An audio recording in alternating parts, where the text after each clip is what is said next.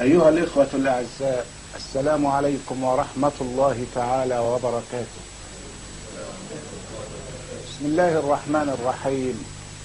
الحمد لله رب العالمين، وأصلي وأسلم صلاة وتسليما يليقان بمقام أمير الأنبياء وإمام المرسلين، وأشهد أن لا إله إلا الله ولي الصالحين، وأشهد أن سيدنا ونبينا وعظيمنا وحبيبنا محمدا رسول الله، خاتم الأنبياء والمرسلين. صل اللهم وسلم وبارك على هذا النبي الأمين وعلى آله وصحابته الغر الميامين، وارحم اللهم مشايخنا ووالدينا وأمواتنا وأموات المسلمين أجمعين.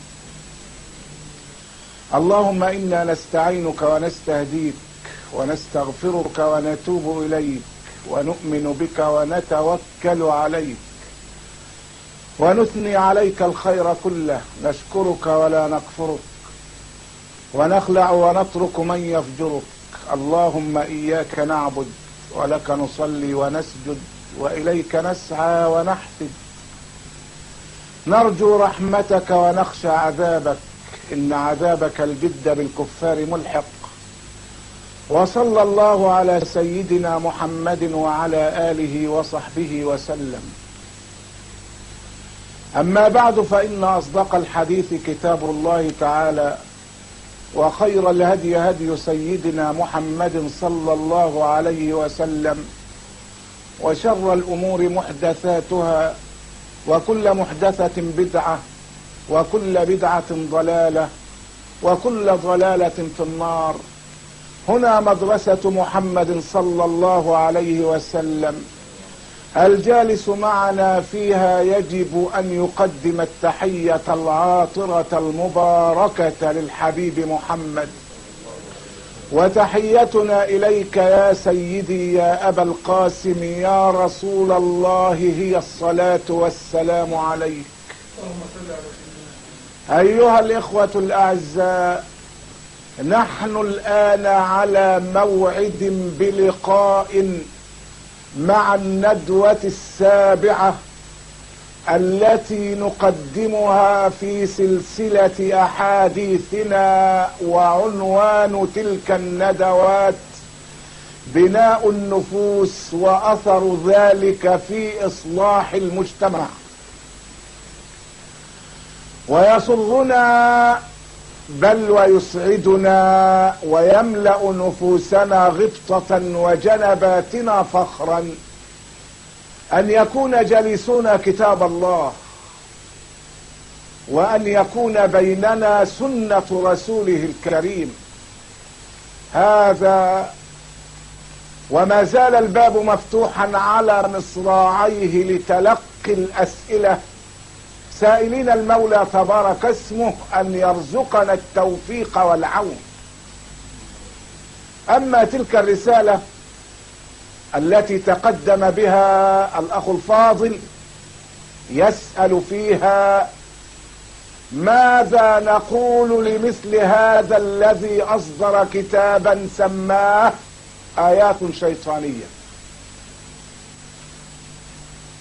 ووجد هذا الكتاب صدى بعيدا، فقد تكالبت عليه أعداء الله شرقا وغربا، يلقون بالثناء على مؤلفه، وانهالت عليه دور النشر، وسقطت الدولارات عليه، وسلط الإعلام، ووجد رواجا ما بعده رواج. فقد تحالفت قوى الشر من صليبية وشيوعية وصهيونية وعلمانية، تحالفت على عدو واحد هو نبي الإسلام. وإلا فخبروني ما معنى هذه التظاهرات كلها؟ ما معنى هذه التظاهرات كلها؟ وما معنى هذا الضجيج والعجيج لكتاب لا يساوي المداد الذي كتب به. ولماذا هذه الأصوات؟ أتعلمون لماذا؟ لأنه كتب ضد رسول الله. فقد أراد هذا الداعي أن يطعن في الوحي المعصوم المنزل على سيدنا محمد. وقد بلغني أخيرا أن الله تعالى قد سلط عليه سيف انتقامه فأصيب بسرطان في دمه جزاء وفاقا. إنهم كانوا لا يرجون حسابا وكذبوا بآياتنا كذابا وكل شيء أحصيناه كتابا فذوقوا فلن نزيدكم إلا عذابا. سماه آيات شيطانية. ماذا يقصد بالآيات الشيطانية؟ هل في القرآن الكريم آيات شيطانية؟ والله تعالى يقول وما تنزلت به الشياطين وما ينبغي لهم وما يستطيعون إنهم عن السمع لمعزولون. عايز يلعب لعبة قديمة لعبها غيره من المستشرقين ومن لف لفهم من المستغربين، ودي بتسمى مسألة الغرانيق. ايه الغرانيق؟ قالوا بينما رسول الله صلى الله عليه وسلم، شوفوا الزنادقة بيقولوا ايه، يقرأ من قول الله تعالى أفرأيتم اللات والعزى ومناة الثالثة الأخرى، وبعدين سورة النجم ألكم الذكر وله الأنثى تلك إذا قسمة ضيزى. النبي وهو بيقرأ ومناة الثالثة الأخرى الشيطان دخل في الوحي وجم ضايف الآيات دي. قال فيها إيه بقى؟ شوفوا الآيات اللي من تأليف الشيطان بقى اللي بيقولوا إنه دخل في وسط الوحي. تلك الغرانيق العلا وإن شفاعتهن لترتجى. الغرانيق يعني آلهة عظام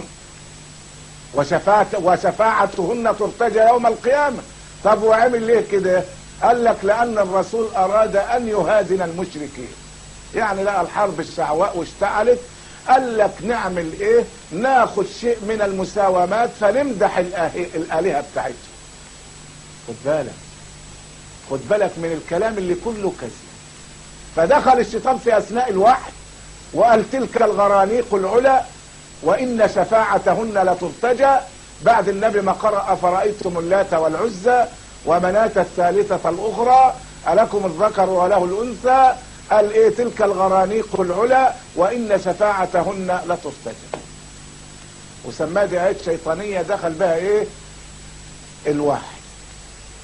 بينما مولانا سبحانه وتعالى بعد هذه الآيات على زعم هذا الكذب قال إن هي إلا أسماء سميتموها أنتم وآباؤكم ما أنزل الله بها من سلطان إن يتبعون إلا الظن وما تهوى الأنفس ولقد جاءهم من ربهم الهدى. منين بقى هتبقى غرانيق علا وربنا يقول ده كلام فارغ وأسماء انتم سميتموها ليس لها أصل؟ والآية اللي بعدها على طول هي اللي بتقول كده. يعني منين أقول لك خلي ابنك يذاكر كويس وخليه يمشي مع فلان لأن فلان ده ولد بيشرب خمرة كويس فخليه يمشي معه عشان ينجح؟ منين عايز ينجح ومنين يمشي معه حد بتاع خمرة؟ منين هي غرانيق علا وله الأنثى تلك إذا قسمة ضيزى؟ النبي وهو بيقرأ ومناة الثالثة الأخرى الشيطان دخل في الوحي وجم ضايف الآيات دي. قال فيها إيه بقى؟ شوفوا الآيات اللي من تأليف الشيطان بقى اللي بيقولوا إنه دخل في وسط الوحي. تلك الغرانيق العلا وإن شفاعتهن لترتجى. الغرانيق يعني آلهة عظام وشفاعتهن ترتجى يوم القيامة. طب وعمل ليه كده؟ قال لك لأن الرسول أراد أن يهادن المشركين، يعني لقى الحرب الشعواء واشتعلت، قال لك نعمل ايه؟ ناخد شيء من المساومات فنمدح الآلهة بتاعتهم. خد بالك من الكلام اللي كله كذب. فدخل الشيطان في أثناء الوحي وقال تلك الغرانيق العلا وإن شفاعتهن لترتجى، بعد النبي ما قرأ أفرأيتم اللات والعزى ومناة الثالثة الأخرى ألكم الذكر وله الأنثى، قال ايه؟ تلك الغرانيق العلا وان شفاعتهن لترتجى. وسماها دي آيات شيطانية دخل بها ايه؟ الوحي. بينما مولانا سبحانه وتعالى بعد هذه الآيات على زعم هذا الكذب قال إن هي إلا أسماء سميتموها أنتم وآباؤكم ما أنزل الله بها من سلطان إن يتبعون إلا الظن وما تهوى الأنفس ولقد جاءهم من ربهم الهدى. منين بقى هتبقى غرانيق علا وربنا يقول ده كلام فارغ وأسماء انتم سميتموها ليس لها أصل؟ والآية اللي بعدها على طول هي اللي بتقول كده.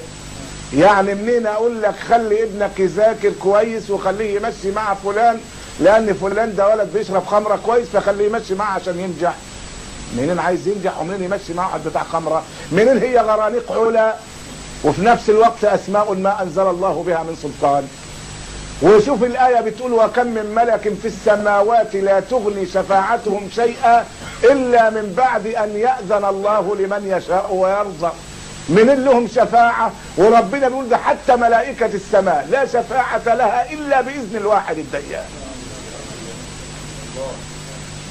من ذا الذي يشفع عنده إلا بإذنه ولا يشفعون إلا لمن ارتضى وهم من خشيته مشفقون. فما لنا من شافعين ولا صديق حميم كله بإذن الرحمن جل جلاله. يبقى من الأصنام لها شفاعة وغرانيق علا وفي نفس الوقت ربنا بيقول ده الملائكة لا تقبل شفاعتهم إلا بعد إذن الله سبحانه وتعالى. ما من شفيع إلا بإذنه ما لكم من دونه من ولي ولا شفيع أفلا تتذكرون؟ وكيف يسمح أن يدخل شيطان في طريق الوحي والمولى سبحانه وتعالى يقول عالم الغيب فلا يظهر على غيبه أحدا إلا من ارتضى من رسول فإنه يسلك من بين يديه ومن خلفه رصدا.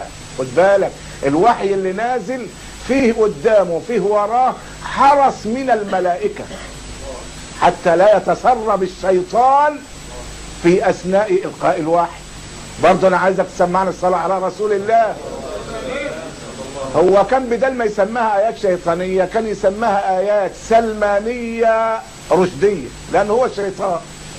سلمان رشدي هو الشيطان بل إنه أشد من الشيطان لأن الشاعر بيقول وكنت امرأ من جند إبليس فارتقى بي الحال حتى صار إبليس من جندي. ولذلك بيسألوا الإمام الحسن البصري أيهما أشد عليك شيطان الإنس أم شيطان الجن؟ قال لهم شيطان الإنس.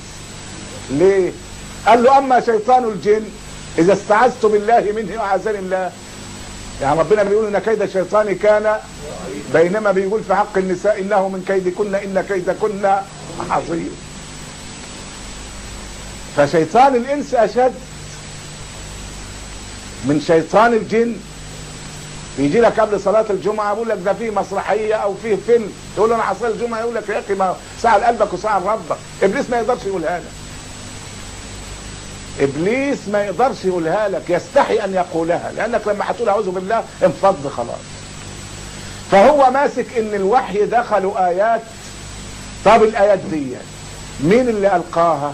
ما هو حاجة من اثنين يا إما الله يا إما الشيطان يا إما سيدنا محمد هو الذي ألفها. الله سبحانه وتعالى بيقول ومن يشرك بالله فكأنما خر من السماء فتخطفه الطير أو تهوي به الريح في مكان سحيق. إزاي هيبقى هو الواحد الأحد ويقول على اللات والعزى ومناه تلك الغرانيق العلا وإن شفاعتهن لترتجى. غرانيق جمع غرنوق والغرنوق هو شيء عظيم. إذا كان الذي ألقى بهذه الأشياء شيطانا رجيما فإن الله يقول وما تنزلت به الشياطين وما ينبغي لهم وما يستطيعون إنهم عن السمع لمعزولون. ربنا نزل سورة الأنعام يحرسها 70,000 ملك. تتصور 70,000 ملك نزلوا مع سورة الأنعام يحرسونها ويحفظونها.